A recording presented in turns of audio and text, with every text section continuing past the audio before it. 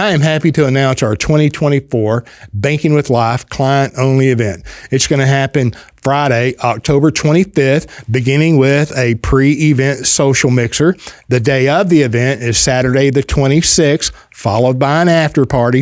It's going to happen downtown Fort Worth. I will be speaking there. Others will be speaking as well. You'll have the opportunity to meet me, and I'm looking forward to meeting you. You'll have the opportunity to meet the whole Banking with Life team and a room full of people that practice the infinite banking concept from all over the country. Last year, we had about 130 people from 30 different states. The year before that was really good too. This year is going to be even better. We're going to have educational presentations and talks, and that should be important to you if you're practicing the infinite banking concept. I can't wait to see you. Welcome to the Banking with Life podcast. I'm your host, James Neathery. I'm excited about today's show, even though it's not a long form episode. What we've done, we've gone back and taken clips from previously released episodes on particular topics and points. I think they're powerful. I think they're worth listening to. So thank you for listening, and hope you enjoy. I'm just trying to expose them to the idea that, they can become their own banker and they can control their capital. And if they do, because the banking function exists, banking is, it exists and it's profitable, right? And so if you don't control the banking function as it relates to you in your life, you're going to abdicate your responsibility to someone else who will perform the banking function, and they will be profitable. So thank you for that. Let me say on Executive Life, I didn't realize this, and it was last year, right? And most people I think are unaware of like the Guarantee Association system. Like life insurance companies can't go bankrupt, but they're managed or ran by the states, governed by the states. Then you have the overarching federal, big brother. But the bottom line is your state's broke, my state's broke. And so the state doesn't really come in there and guarantee, if a life insurance company becomes insolvent, which they determine, right, if they're insolvent.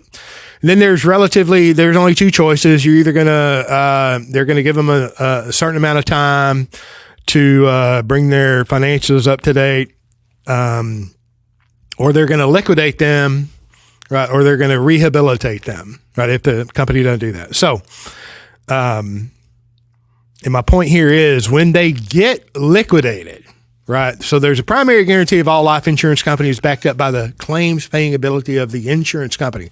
The secondary guarantee, and this is not a reason to purchase life insurance, I'm just explaining, have a conversation with my friend, that the secondary guarantees are through these guarantee associations. Yeah. that are the state. They're state agencies. So, but if your state's broke and my state's broke, where are they going to get the money? And I get they have the power to tax. They offset that loss to every other legal reserve life insurance company doing business in that state. I like to be solutions to people's problems, Sure. But that comes with having access to capital and having a place that you've systematically been storing it, which is what the infinite banking concept, since my learnings began, and then the saw continues to be sharpened with you and people like you. It's really refreshing to knowing that you have this war chest that's continuously being built. So there's a lot of freedom in that. There's a lot of peace in that. There's so many, I want to say intangible, but they're really not intangible. There are intangible, but there are many tangible benefits to having access to capital that you control without the required approval from anyone. I mean, that's just one benefit, and then the discipline of the systematic accumulation, formation of capital, kind of put a path or direction, a purpose, to your capital, and then what that requires, you're a part of that purpose, right? There's a lot of benefits to that, in my opinion. I believe if you can convey the power of the infinite banking concept and you have a firm understanding of dividend paying whole life insurance, because that's what we're using when we talk about the infinite banking concept, and you can convey the power of Nelson's work, I don't need to enter into an abusive relationship with a prospective client. Like, I'm going to die if I don't get that case delivered or paid on that case. It's like, you do what you want to do. I mean, it's so simple to me. If you convey, and I'm not saying I'm an expert, I don't have the ability to convey to the point where I think I should be able to convey, so I'm just saying, if you can convey the power of the infinite banking concept, and or understand, and can convey the power of dividend paying whole life insurance without getting lost in the weeds. I don't care about all these marketers on IMO that say become your own bank and do this and do that, and then talk broadly about properly structured. I get it. And those who don't buy into the IMO, those in the financial services industry who don't buy into the IMO, don't understand how to properly build a policy. Yeah. Since this will go publicly, I'm going to be a gentleman. And it's like, go educate yourself. All right, so I'll use the E word. Yeah. Go educate yourself. I've normally only had checking and savings with a bank, but now there was like some special where if I deposited X amount of dollars and opened a brand new money market account, I would get the same interest rate, which is about 0.5%, little over 0.5% for any amount, versus that 0.5% is reserved for deposits of like $250,000 and up, if I took advantage of it. So I did, because I need a place to park my money until my PUA is due. So why not let it stew and marinate and earn a little interest for 10 months before I make my PUA and my loan payments? But my loan payments I make more regularly because of accrued interest. But little things like that, it's starting to help not only with my discipline, but taking better care of my money. And I'm able to do that because I'm, to a certain extent, controlling the banking function as what the book is telling you to do. If you can control it, who better than yourself to work toward your best interest, right? Is Visa working in my best interest? Are these credit card companies, GM financing, whatever? No, but the more control you can have, the better. And like I said, the book, your team, I feel very not only comfortable but confident that I'm on the right path. And that's awesome. Yeah, and I can't thank you enough, to with helping me with this and giving me the opportunity to kind of, spread the word, share my story, that hopefully help some people get through the noise, because I was confused. I was lost. Like I said, I gave up for a few months because it's like I don't understand why they're arguing. Aren't they all IBC practitioners? Why are they arguing against each other, right? And now I have a clear understanding. The noise and the fog is lifting, and I really feel good about where I'm at and where I'm going. I love that. I feel good about it too. Yep. That if the money market account, it's really adding form. It's just adding structure to your cash flows, right? It's an extension of your banking system. Mm-hmm. It does add form and clarity to the flow of money, and it's very simple. It's an account, right? And I'm just saying the value exceeds the simplicity that you're controlling it. Your actions, your thought process. All of that accrues to you and to your beneficiaries. All of that. Mm-hmm. And you cannot put that anywhere on a life insurance illustration. Right. You can't put the value. Can we put a 0.5 point, on the money market account? Yeah. But the form, the clarity, the discipline that encourages, I don't want to say priceless, but it's dang near priceless. It just adds a lot more value than you think. Right. Right. So, all right. Well, you're very nice, very complimentary, and I'm very appreciative. I am so appreciative of the people that reach out, because what I hear every day in and day out, and it's a little negative stuff that, try to keep off of you. But, and that's rare. What I hear consistently every day is, James, thank you for your effort. Thank you for your work. Thank you for your education. Thank you for what you're doing. And every day I hear how positive and competent and pleasant the staff here is, the team. They're like, oh my gosh, do you realize you need to give them a raise? You need to give them a bonus. You need to give them a raise. And I'm like, yes, I know. Everybody here is underpaid. I get it. And that is like, they probably don't hear it as much as I do. It's like, man, Carol this and Julie that and Cammie this and Jake that. It's just, thank you. Very positive, and it is such a difference as a financial person trying to sell a product, right? Selling a product. And nothing wrong with salesmen. I'm just saying that compared to properly educating and clarifying, because they've done their homework. They've done their legitimate research, Nelson Nash's work, right? And some others. I mean, I'm not saying there's not good things popping up on the right, but you got to walk through an awful lot of trash to get to some value, my opinion. When you take the time, I don't know how many times I've had people say, thank you, James, for mentioning the 8-hour seminar of Nelson. It's like, oh my gosh. Yeah.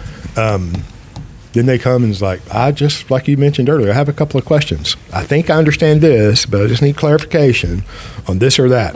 And it's like, how much can I pay? I mean, get it. Yeah. And how am I going to expand? There's this, and this. How it makes work pleasant.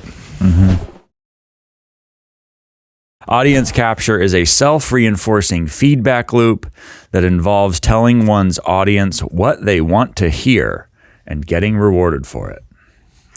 And I think that a lot of the financial marketing type people on social media are captured by their audience. Yes. Absolutely. I think a lot of the whole short-term thinking type paradigm, maximum cash value relative to premium as soon as possible right now. Let me find an advisor who's just going to say yes and give me that. Maybe we'll look at, we'll run some illustrations, do some quotes across a couple different companies and find the one that spits out the best number. And that's what I want. And so find an agent to validate that, give them that, and then say yes. And then the agent gets paid, so he gets rewarded for it. Yes. Right. So captured by the audience and rewarded for it. Yes. It's kind of like, it kind of goes hand in hand with this idea of commodification. Yes. Where we have either a set premium structure or just a set cookie cutter, copy paste, drag and drop way of repeating things. They all look the same. Yeah. Don't let the details confuse you. Like, let's just do the same thing with different people. It's a commodity. It's standardized. And well, of course we might want to do that because, you don't have a service relationship for your grocery purchase, right? If you go purchase commodities, you're getting the thing. It's a head of lettuce. It's lettuce. What do you need a service person for?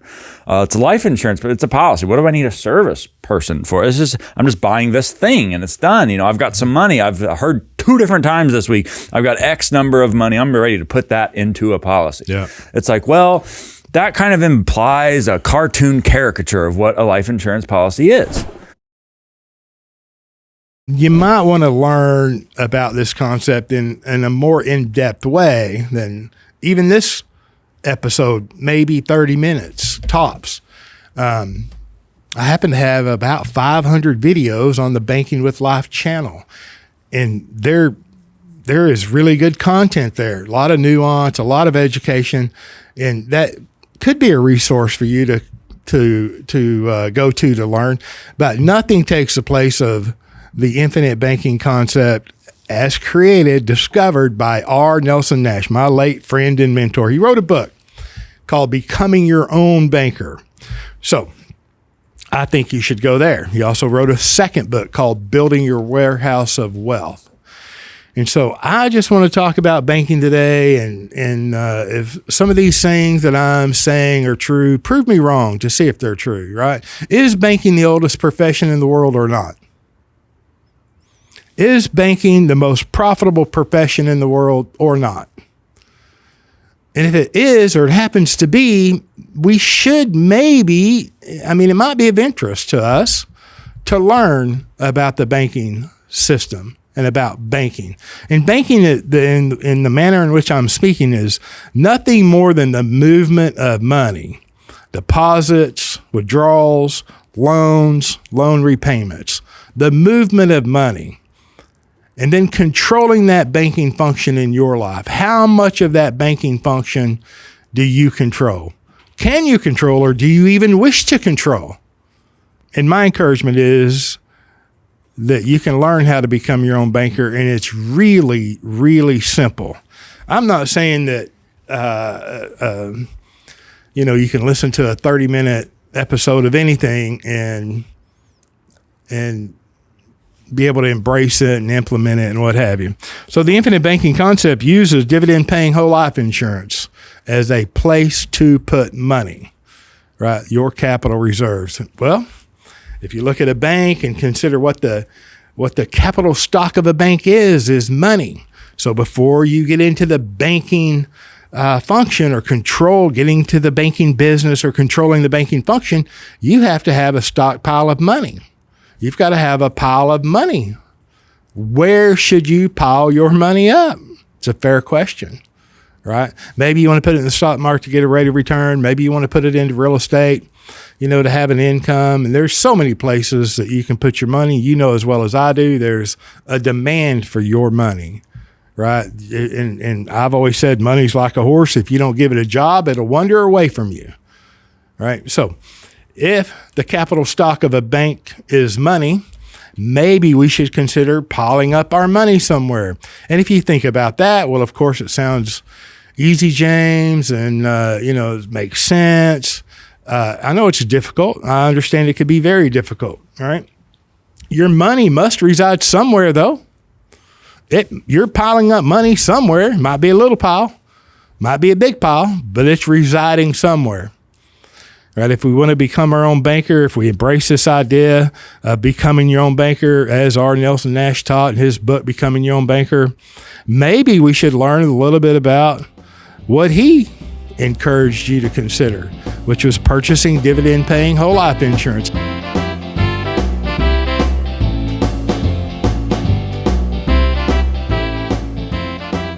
Thank you for joining us on the Banking with Life podcast.